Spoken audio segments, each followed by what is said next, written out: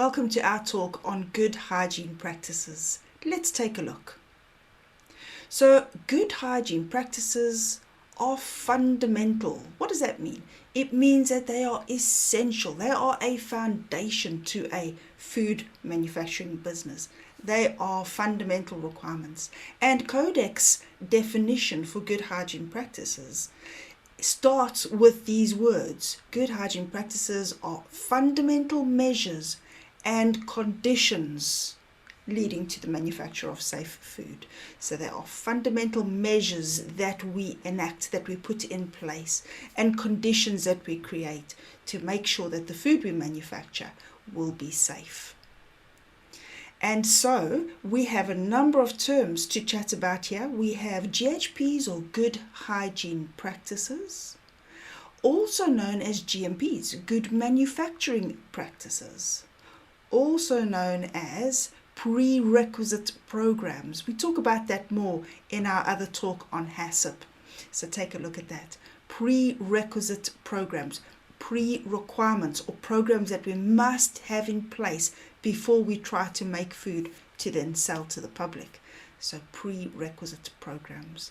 And also could be called good agricultural practices. So that's at the growing or farming stage. Good agricultural practices. So these are all fundamental measures and conditions that we ensure are in place in order to make a safe product. Let's just go over it one more time. Good hygiene practices, also known as good manufacturing practices, or prerequisite programs, or if it's at the farming stage, good agricultural practices. So, could you name some good hygiene practices for us?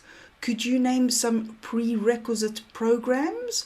I'm pretty sure that you can, because it's the basic fundamental things that we have in place, or control measures that we have in place to make safe food. And that includes things like cleaning or cleaning management. It includes pest control. It includes not smoking in the factory or when handling food. And of course all those wonderful things, and there are many others. I'm sure you could list them for us. There are things like preventive maintenance and control of non-conforming product, waste management, glass controls, temperature controls, and that list could go on and on, of course. And so you need to ask yourself this question: are my good hygiene practices or prerequisite programs working? That is a critical question to ask, and we need to ask this question regularly. Okay, and how do we answer that question? We answer it through validation and verification. Now, what is validation? Validation is gaining evidence or proof that something is working. So you do this when you first set up your program to prove that it's working. Not all prerequisites, not all good hygiene practices require validation, but if those programs are designed to control a very specific hazard, for example, allergen cleaning is specifically designed to remove all traces of that allergen, then absolutely that needs to be validated. So yeah, we prove that it's working through carrying out validations. Those are detailed trials and tests and challenges to prove that a process works, such as allergen cleaning. And then everything, all prerequisites, all good hygiene practices must be verified. So that's verification. That is routine checking on a regular basis.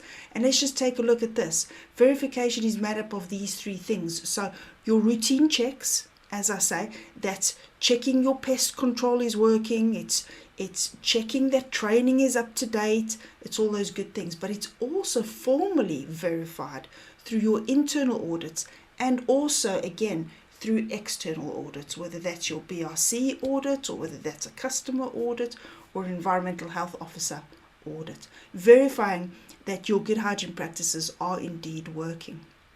And then finally, we round this off with a regular review to make sure that everything is up to date and you are indeed making safe food. So this is the goal, of course, is to make safe product of the right quality, and of course it's legal. And if you need any further information or want any formal training, then please do visit our website where we can help you.